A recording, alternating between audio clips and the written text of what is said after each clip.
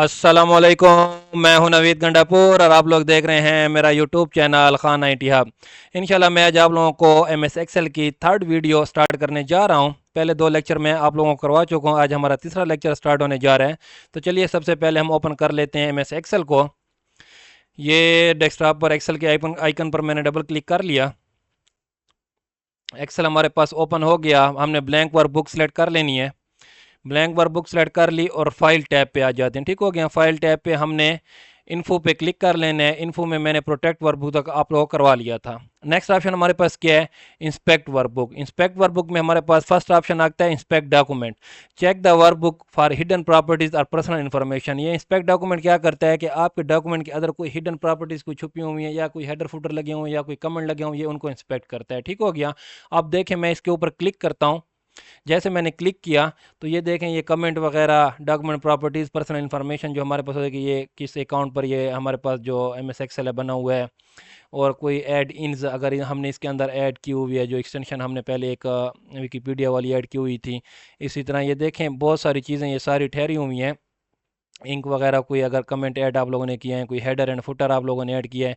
अब जब मैंने इसको ओपन किया तो मैंने इसके अंदर कुछ ऐड भी नहीं किया ना, खाली ब्लैंक वर्कबुक थी। तो मैं इसको अब इंस्पेक्ट करता हूँ तो देखते हैं क्या हमें शो करता है। तो मैंने इंस्पेक्ट किया तो हमें उसमें उसने कहा कि नो आइटम वर फाउंड। ठीक हो गया, कोई कमेंट्स हमारे पास उसके अंदर नहीं था।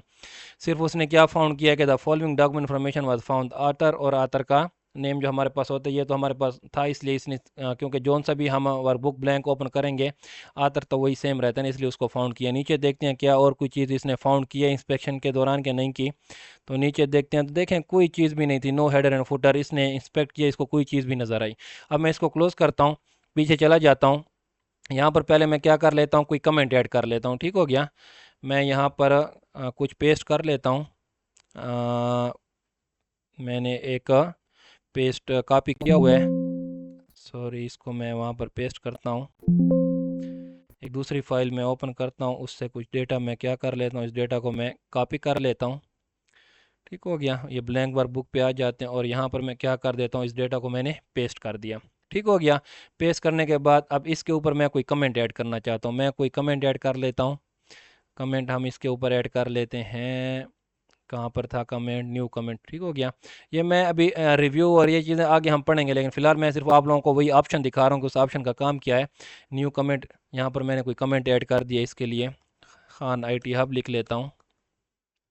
ठीक हो गया। ये देखें इसके ऊपर जैसे ही कर्सर आता है हमें ये कमेंट शो हो जाती है। ये कमेंट मैंने ऐड कर लिया और इसके अंदर मैं क्या कर लेता हूँ, कोई हेडर एंड फुटर भी ऐड कर लेते हैं ताकि वो हमें दिखाए कि हेडर एंड फुटर हमने ऐड करना है।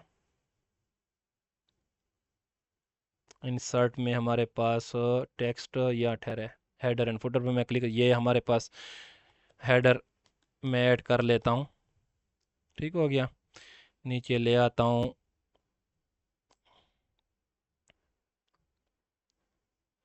यहाँ पर मैं कोई फुटर भी ऐड कर लेता हूँ। ये हो गया फुटर। अब हम पीछे चले जाते हैं अपने पेज के ऊपर, इसको नॉर्मल व्यू पे मैं ले आता हूँ। ये नॉर्मल व्यू में आ गया।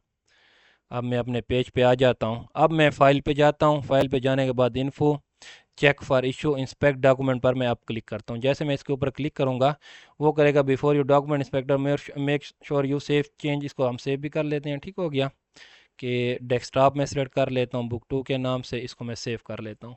सेव जैसे मैंने कर लिया, क्योंकि हमने फ़ाइल ओपन की थी उसके अंदर हमने कुछ लिख लिया, उसको सेव नहीं किया था। अब ये हमें डॉक्यूमेंट इंस्पेक्टर ओपन हो गया। ये वही सारी चीज़ें, इन ये जो जितने नाम हेडिंग लिखी हुई हैं ये अगर आपके डॉक्यूमेंट के अंदर इंस्पेक्ट होंगी, अगर हिडन भी ठहरी होंगी तो ये इंस्पेक्टर क्या कर देता है, उनको शो करवा देता है कि आपके डॉक्यूमेंट के अंदर ये चीज़ें लगी हुई हैं। ठीक हो गया। तो अब मैं क्या करता हूँ, इंस्पेक्ट करता हूँ। देखें इंस्पेक्ट करता हूँ तो ये देखें पहले पहले उसने मुझे क्या कहा, the following item were found by comment, इसके अंदर क्या है, आपके डॉक्यूमेंट के अंदर लगा हुआ है। ठीक हो गया। पहले देखा था यहाँ पर कमेंट शो नहीं हो रहा था, यहाँ पर उसने एरर दे दिया, हमें एक नोटिफिकेशन दे दिया कि कमेंट भी लगा हुआ है।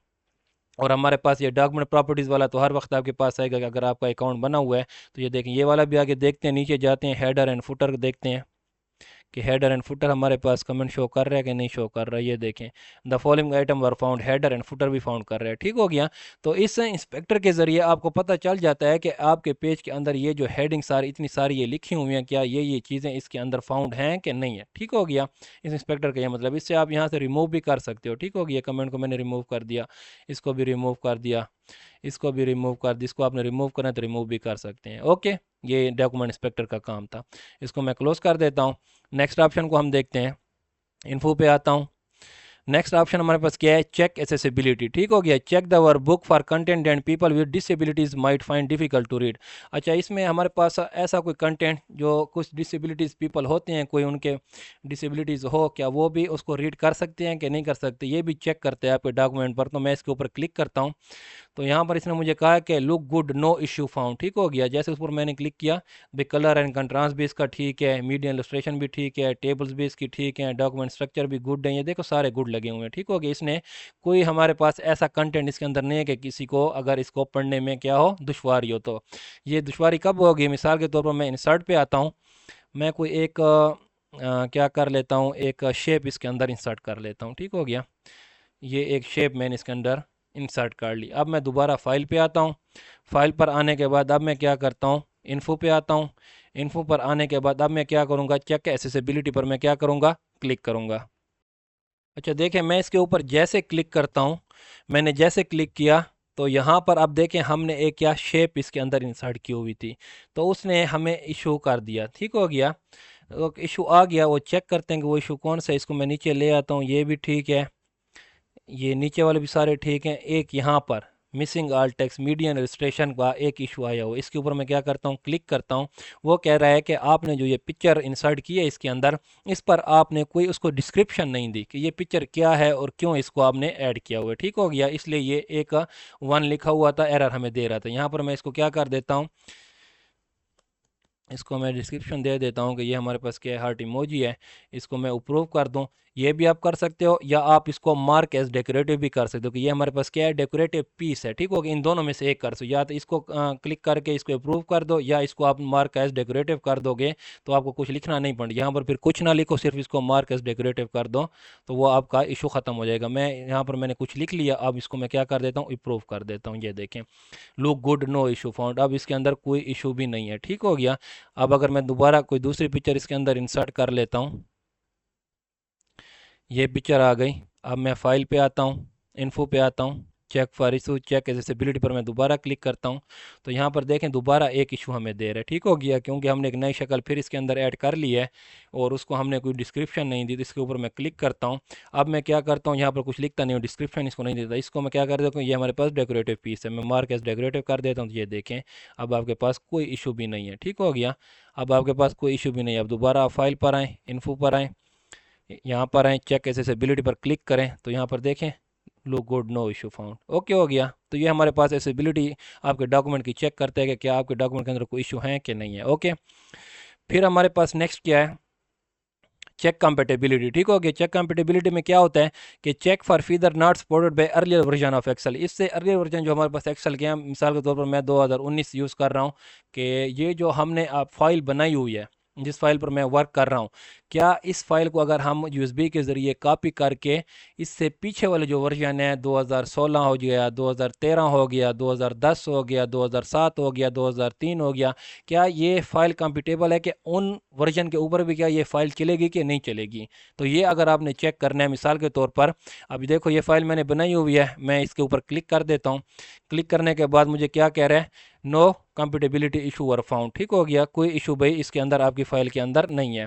अगर होगा, अच्छा यहाँ पर मैं क्या करता हूँ, इसको ओके कर देता हूँ, दोबारा मैं पीछे आ जाता हूँ। ठीक हो गया। अगर इसको दोबारा मैं पीछे जाऊँ, फाइल पे आऊँ, इन्फो पे आ जाता हूँ, check for issue, check compatibility पर क्लिक करता हूँ, तो ये में क्या कहते हैं, if the workbook is saved in earlier file format और open in earlier version of Microsoft Excel the listed feature will not be available.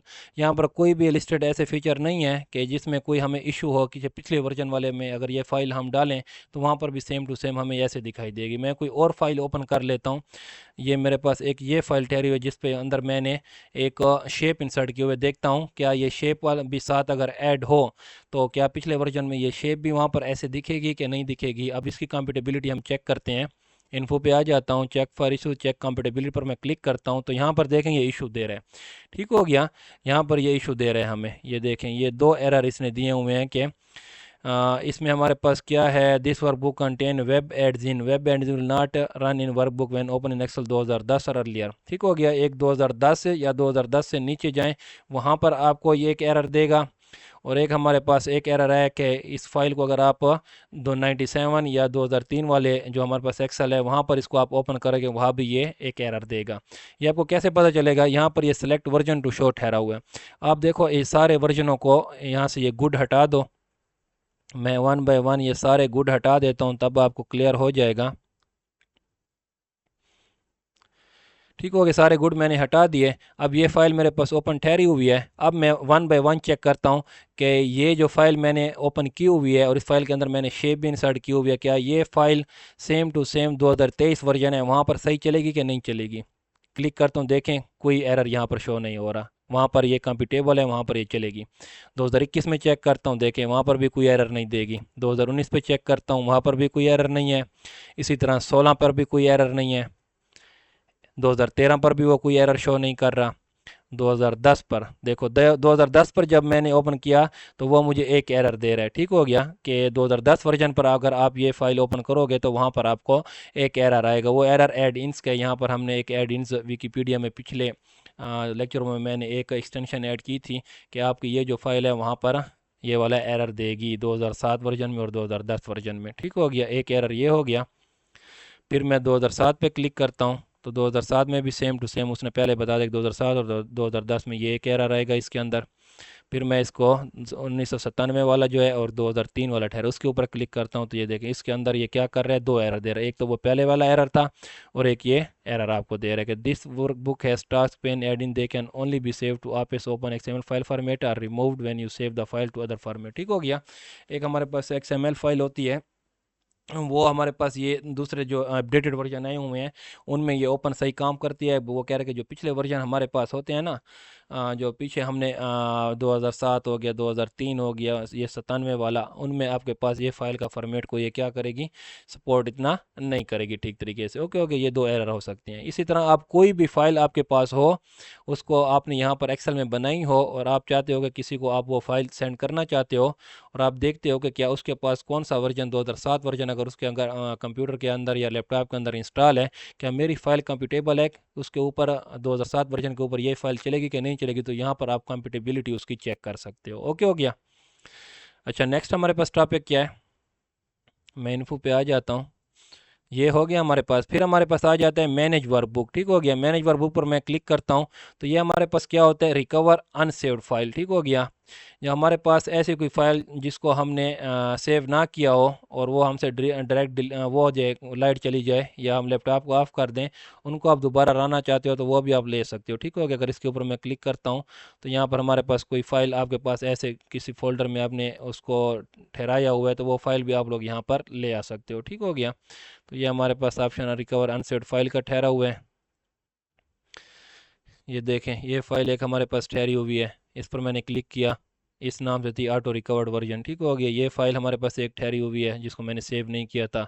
इसी तरह मेरे पास मैनेज वर्कबुक में वो कहता है कि इसकी जो अभी रिकवर हमने की हुई है कि उसको आप सेव करना चाहते हो कि नहीं करना चाहते। अगर मैं इसके ऊपर क्लिक करता हूँ, सॉरी, ये दोबारा इन्फो मैनेज वर्कबुक पे, ठीक हो गया, इसकी कॉपी को आप सेव करना चाहते हो इसके ऊपर क्लिक करो तो ये आपके पास, इसको कहाँ पर सेव करना है, डेस्कटॉप पर सेव करना है तो इसको आप सेव कर दो।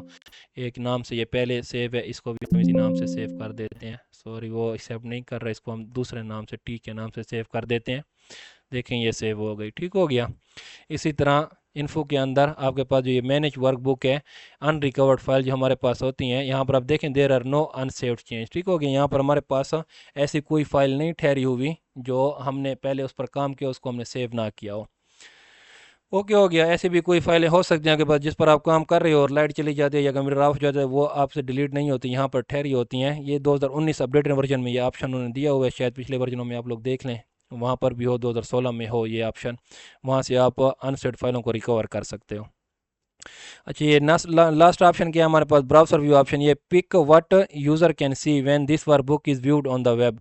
ये जो आप लोगों ने वर्कबुक है आप लोगों के पास बनी हुई है, जो फाइल आप लोगों ने बनाई हुई है, इसी फाइल को वो कहते हैं किसी ब्राउज़र ऑप्शन में वेब के ऊपर गूगल क्रोम में या किसी पर आप ओपन करते हो, तो वहाँ पर आपका ये जो फाइल है किस तरीके से नज़र है, उसको आप किस अंदाज से उसको शो कराना चाहते हो, इसके ऊपर क्लिक करके कि आप इंटायर वर्कबुक जो हमारे पास पूरी वर्कबुक है वो सारी शो करवाना चाहोगे, उस तरीके से आपकी नज़र आए, या सिर्फ शीट नज़र आए, यहाँ जो शीट होती है हमारे पास नीचे वो शीट नज़र आनी चाहिए, या आइटम्स इन द वर्कबुक, जो वर्कबुक के अंदर आप लोगों ने आइटम या टूल्स वगैरह इस्तेमाल किए होती हैं, या सिर्फ वो नज़र आए। ठीक हो गया, जो आप लोगों की अपनी मर्ज़ी है, इन तीनों में से कोई भी सिलेक्ट करके आप ओके करोगे, तो जब आप लोग इसको वेब के ऊपर अपनी फाइल को ओपन करोगे तो वही चीज़ आपको ओपन वो शो करवाएगा, या तो इंटायर वर्कबुक करवाएगा, या सिर्फ शीट सेलेक्ट किया तो शीट करवाएगा, या अगर इसके अंदर जो आइटम आपके अंदर आपने डाले होंगे उन तीनों में से कोई ऑप्शन को भी आप यूज़ कर सकते हो। ठीक हो गया, ये आपके पास कंप्लीट हो गया।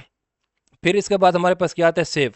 सेव हमारे पास क्या होता है, सेव हमारे पास ऐसा ऑप्शन है, कोई भी काम आप करते हो तो आप उस फाइल को क्या करते हो, सबसे पहले फिर क्या कर लेते हो, सेव कर लेते हो कि ये हमारे पास डेटा क्या हो जाए, सेव हो जाए। मिसाल के तौर पर मैं इसको क्रॉस कर लेता हूँ, एक न्यू फाइल ओपन करता हूँ। ठीक हो गया, इसको भी मैं क्रॉस कर लेता हूँ, एक्सेल को मैं ओपन करता हूँ, ब्लैंक वर्कबुक सेलेक्ट करता हूँ, ये मेरे पास एक न्यू फाइल आ गई, यहाँ पर मैं सिंपल खान IT हब लिख लेता हूँ। ये आपने काम कर लिया। अब आप क्या चाहते हो कि इसको आपने क्या करना है, सेव करना है, ताकि आपने कल दोबारा अगर इस फाइल को ओपन करो और मज़ीद काम करना चाहो तो उसके लिए आपको क्या करना पड़ेगा, इसको सेव करना पड़ेगा। सबसे पहला काम यही होता है आपका। आप फाइल पर आओगे, ये क्या है हमारे पास, सेव का ऑप्शन, सेव के ऊपर क्लिक करोगे, जैसे सेव पर क्लिक करोगे आपके पास रिसेंट में आ जाता है कि रिसेंट आपके पास जो डेस्कटॉप में आपने पहले फाइल उसके अंदर आप सेव करना चाहते हो तो इसको सिलेक्ट करो, या वन ड्राइव पर आप क्लिक करोगे तो ये वन ड्राइव हमारे पास क्या होता है, इसके अंदर वन ड्राइव माइक्रोसॉफ्ट का अकाउंट हमें बनाना पड़ता है।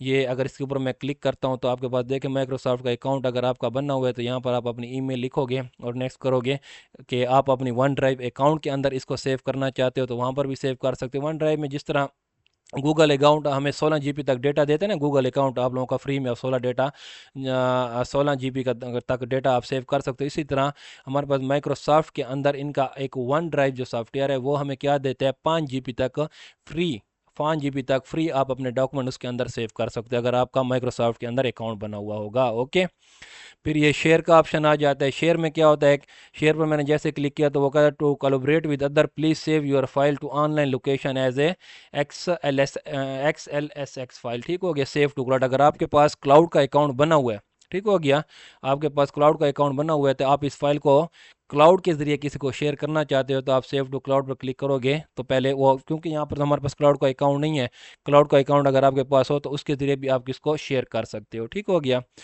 फिर ये कॉपी लिंक तो एक्टिव नहीं होता हमारे पास। फिर हमारे पास क्या है, दिस पीसी। दिस पीसी पर मैं क्लिक कर लूँ तो दिस पीसी में मेरे पास एक डेस्कटॉप ठहरा हुआ है, एक डॉक्यूमेंट का ऑप्शन ठहरा हुआ है। इन दोनों फोल्डर में से आप फाइल को जहाँ भी सेव करना चाहते हो, डेस्कटॉप पर जो फाइल पीछे मैंने बनाई हुई है डेस्कटॉप पर सेव करना चाहते हो, इसके ऊपर सेलेक्ट करोगे और यहाँ पर नेम चेंज करोगे और सेव करोगे तो ये डेस्कटॉप पर ही सेव हो जाएगी। ठीक हो गया, डॉक्यूमेंट में अगर सेव करना चाहते हो डॉक्यूमेंट का फोल्डर ओपन हो जाता है, उसमें अगर आपने सेव करें तो उसमें भी कर सकते हो।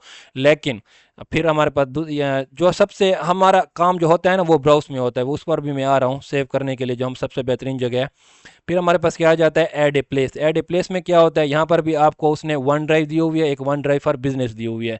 वन ड्राइव तो पीछे यहाँ पर जो हमने पढ़ी थी वन ड्राइव तो वही है, इसके अंदर आप इसी फाइल को अगर सेव करना चाहते हो कि कल अगर मैं किसी और का लैपटॉप किसी दूसरी सीट में बैठा हूँ और उठाऊँ तो मैं अपनी अगर जो डॉक्यूमेंट है उनको ओपन करना चाहता हूँ तो वन ड्राइव में उसको आपको सेव करना पड़ेगा। आप ऑनलाइन फिर उसी डॉक्यूमेंट को दोबारा किसी और के लैपटॉप में भी ओपन कर सकते हो, चाहे आप किस सिटी में भी बैठे हो। ठीक हो गया, 5 GB तक डेटा आपको फ्री मिलता है कि आप उसके अंदर 5 GB तक डेटा डॉक्यूमेंट अपने सेव कर सकते हो। ये दूसरी क्या है, वन ड्राइव फॉर बिजनेस, ये है सेम, लेकिन ये वन ड्राइव फॉर बिजनेस क्या है, इस पर क्या होता है कि आप अपनी जीपी को क्या करना चाहते हो, एक्सटेंड करना चाहते हो। मिसाल के तौर पर आपको 5 GB से एक्सटेंड करना है, 20 GB चाहिए, 100 GB चाहिए, तो इसके लिए आपको फिर क्या करना पड़ता है, कुछ पेड होते हैं, ये फ्री नहीं होता। ठीक होगा, इसके लिए आपको पैसे पे करने पड़ेंगे, तब आपको वन फॉर बिजनेस वाले जो अकाउंट है उसमें भी आप रसाई हासिल कर सकते हो। अच्छा, ये तो सारे ऑप्शन थे, मैंने आपको बता दिया कि आप लोगों को पता हो, लेकिन आपका मेन काम कहाँ है, ब्राउज के ऊपर। आप जो भी फाइल बना लेते हो, आपने फाइल बना ली, आप क्या करोगे, आप ब्राउज़ के ऊपर क्लिक करोगे। ब्राउज़ पर क्लिक करने के बाद यहाँ पर आप अपनी उसको लोकेशन बताओगे कि आप अपनी इस फाइल को कहाँ पर सेव करना चाहते हो। मैं इसको लोकेशन बताता हूँ डेस्कटॉप। ठीक हो गया, मैं अपनी इस लोकेशन डेस्कटॉप बताता हूँ और फाइल का नेम रख लेता हूँ नवीद। फाइल का नेम मैंने नवीद रख लिया और इसको मैं क्या कर देता हूँ, सेव कर लेता हूँ। ठीक होगी, अब ये मेरे पास सेव हो गई। मैं इसको क्रॉस कर देता हूँ। क्रॉस करने के बाद देखें ये डेस्कटॉप आइकन, डेस्कटॉप पर मैं आ गया और ये देखें नवीद के नाम से मेरे पास एक्सेल की फाइल क्या है, सेव ठहरी। मैं इसको दोबारा क्लिक करता हूँ, ओपन करता हूँ तो ये देखें मेरे पास वही फाइल ओपन हो गई। ठीक हो गया, एक इस तरीके से आप लोग सेव कर सकते हो। दूसरा तरीका इसका क्या है, शॉर्टकट की है Ctrl+S। कीबोर्ड पर आप लोगों ने कंट्रोल को प्रेस किए रखना है और एस को प्रेस करना है तो आपके पास सेम टू सेम यही डायलॉग बॉक्स क्या हो जाता है, ओपन हो जाता है। ठीक हो गया, तो देखें मैं यहाँ कीबोर्ड पर कंट्रोल प्रेस किया रखता हूँ और एस के ऊपर क्लिक करता हूँ तो ये हमारे पास वही डायलॉग ओपन होगा, लेकिन ये हमारे पास क्या है, पहले से सेव है, इसलिए वो आपको इसने शो नहीं करवाया। ठीक हो गया, ये फाइल हमारे पास क्या है, पहले से सेव है, तो वो Ctrl+S में प्रेस करता हूँ तो वो डायलॉग बॉक्स ओपन नहीं हो रहा। आप लोग सिर्फ इस जगह कर देखना, ये वाली जगह हमारे पास ठहरी है ना। अब मिसाल के तौर पर आप साथ साथ कोई और काम करते जा रही हो तो आप Ctrl+S प्रेस करोगे तो वो डायलॉग बॉक्स ओपन नहीं होगा, क्योंकि ये पहले से हमारे पास क्या है, ये फाइल्स ऑलरेडी सेव शुदा है, इसको हमने सेव कर लिया है। और आप जो काम करते हो उसको भी आप साथ साथ सेव करना चाहते हो, Ctrl+S जैसे प्रेस करोगे यहाँ पर आप देखना आप लोगों को थोड़ी सी बफरिंग नजर आएगी, वो भी सेव हो जाती है। अब इस जगह पर देखना मैं Ctrl+S प्रेस करता हूँ, ये Ctrl+S जैसे मैंने प्रेस किया यहाँ पर देखा आप लोगों को बफरिंग नजर आई होगी। आपका जो आगे काम हो रहा था वो भी साथ साथ क्या हो जाता है, सेव होता जाता है। ठीक हो गया, तो ये हमारे पास देखो ऑलरेडी सेव फाइल थी, इसलिए वो आपको यहाँ पर बफरिंग दिखा देते हैं और वो डायलॉग बॉक्स ओपन नहीं करता। अगर मैं न्यू फाइल को ओपन करता हूँ, मिसाल के तौर पर मैं दोबारा एक्सेल को ओपन करता हूँ, ब्लैंक वर्कबुक पे क्लिक करता हूँ और अब मैं Ctrl+S प्रेस करता हूँ, ये Ctrl+S, ये देखें डायरेक्ट आपके पास ये सेव एज वाला वही डायलॉग बॉक्स ओपन हो जाता है। फिर आप ब्राउज पर क्लिक करें, उसको लोकेशन बताएं कि आपने कहाँ पर सेव करना है, फाइल को नेम दे और सेव पर क्लिक करें। ओके हो गया, इसको मैं क्रॉस कर लेता हूँ, जो पहले से हमारे पास सेव ठहरी है फाइल है उसको मैं ओपन कर लेता हूँ। ये हो गया, अच्छा पहले से ये एक फाइल मेरे पास सेव ठहरी वो मेरे पास ओपन कर ली। फिर नेक्स्ट ऑप्शन हमारे पास क्या है, सेव एज। सेव एज क्या होता है, ठीक हो गया, सेव और सेव एज में आपको सारे ऑप्शन सेम शो हो रहे हैं। ठीक हो गया, सारे ऑप्शन आपको क्या हो रहे हैं, सेम शो हो रहे हैं, लेकिन इसमें फ़र्क क्या है सेव और सेव एज में। सेव एज आप तब यूज़ करोगे जब आपके पास पहले से एक बनी बनाई फाइल ठहरी हुई है, आपके पास पहले से एक सेव फाइल ठहरी हुई है, आपने उस फाइल को ओपन किया और उस फाइल के अंदर आपने कुछ चेंजिंग कर लिया, आपने कुछ नेम ऐड कर लिया, कोई एडिटिंग कर ली या कोई फॉर्मेटिंग उसके अंदर कर ली, और आप चाहते हो कि ये जो मैंने न्यू एडिटिंग कर ली इस फाइल को मैं एक नए नेम से सेव कर लूँ, और आपकी ये शर्त भी है उसके साथ कि जो पहले वाली ओरिजिनल फाइल थी वो भी ख़राब ना हो, वो पहले जैसे थी वो वैसी की वैसी रहे, और जो मैंने इसके अंदर एडिटिंग की इस फाइल को मैं न्यू नेम से सेव कर लूँ, तो आपको क्या करना पड़ेगा, सेव एज करना पड़ेगा। मिसाल के तौर पर अब ये देखो खान IT हब के नाम से मेरे पास फाइल ठहरी, ये फाइल इस तरह आपको दिख रही है। ठीक हो गया, अब इसके अंदर मैं क्या करता हूँ, कोई चेंजिंग कर लेता हूँ, इंसर्ट पे आता हूँ, एक शेप मैं इसके अंदर इंसर्ट कर लेता हूँ, ये एक शेप मैंने इंसर्ट कर ली। ठीक हो गया, शेप इंसर्ट कर ली। अब पुरानी फाइल में मेरे पास क्या था, सिर्फ एक ये शेप ठहरी थी, अब न्यू फाइल के अंदर मेरे पास दो हो गए। अब मैं क्या करूँगा, फाइल सेव एस के ऊपर क्लिक करूँगा, ब्राउज पर आऊँगा, ब्राउज पर आने के बाद मैं डेस्कटॉप सेलेक्ट कर लेता हूँ और इसको मैं खान IT हब 1 के नाम से सेव कर लेता हूँ। ये खान IT हब पहले से हमारे पास सेव है, लेकिन इसको मैं 1 के नाम से कर लेता हूँ और इसको मैं सेव कर देता हूँ।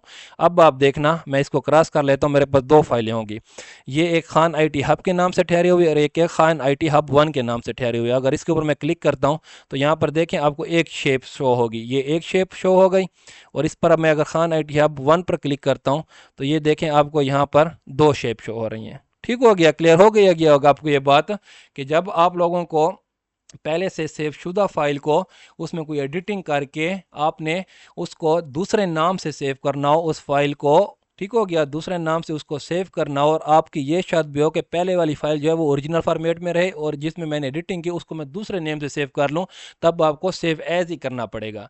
ठीक हो गया, तब आपको सेव एज का ऑप्शन यूज़ करना पड़ता है। सेव एज के ऑप्शन की शॉर्टकट की क्या है, F12। ठीक हो गया, यहाँ पर देखो मैं ठहरा हुआ हूँ, मैं क्या करता हूँ, F12 जैसे ही प्रेस करूँगा, ये देखें मैंने F12 जैसे प्रेस किया तो मेरे पास, अच्छा फिलहाल तो यहाँ पर मेरे पास कैलकुलेटर ओपन हो गया, तो इसके आपके पास मेरे पास ये जो कीबोर्ड है वो F12 वाला ठहरा हुआ है, इस कीबोर्ड के ऊपर एक कैलकुलेटर ओपन हो जाता है इसका ऑप्शन। तो आप लोगों ने अपने वर्जन के ऊपर आप लोगों ने चेक कर लेना है। जैसे आप कीबोर्ड से F12 प्रेस करोगे तो आपके पास क्या ओपन हो जाएगा, यही सेव एस का ऑप्शन ओपन हो जाएगा, ये सेव एस का। ठीक हो गया, डायरेक्ट आपके पास सेव एस का ये वाला डायलॉग बॉक्स ओपन हो जाता है। आप लोगों ने अपने उसके ऊपर कंप्यूटर या लैपटॉप के अंदर चेक कर लेना है। ओके हो गया। ये मेरे पास कीबोर्ड एक दूसरे किस्म का है इसलिए इसका ये ऑप्शन यहाँ पर शो नहीं हो रहा। ओके, इसके बाद हमारे पास क्या है, हिस्ट्री आ जाती है। हिस्ट्री तो आप लोगों को पता है कि ये रिसेंट आपके पास ठहरा हुआ है, ये पिन आपके पास है। पिन पोस्ट तो हमारे पास कोई नहीं ठहरी हुई रिसेंट में। ये जो फाइलें देखें, Khan IT hub, Khan IT hub, recent जो फाइलें होंगी वो सारी आपके पास ठहरी होंगी। आप उनको दोबारा ओपन करवाना चाहते हो वो भी कर सकते हो हिस्ट्री में। फिर नेक्स्ट ऑप्शन हमारे पास क्या है, प्रिंट। अच्छा, प्रिंट तो बहुत बड़ा टॉपिक है, एक अलहदा बहुत ज़्यादा इसके अंदर फंक्शन है। वो इंशाल्लाह मैं आप लोगों को नेक्स्ट वीडियो में प्रिंट के ऊपर बनाऊंगा ताकि आप लोगों को एक्सप्लेनेशन के साथ ये प्रिंट के सारे टूल्स जितने भी हैं कि इनका क्या काम होता है ये मैं आप लोगों को कवर करवा सकूं। ओके हो गया। तब तक के लिए मुझे इजाज़त दीजिएगा, दुआ में याद रखिएगा। इंशाल्लाह मिलते हैं नेक्स्ट वीडियो में। खुदा हाफिज़।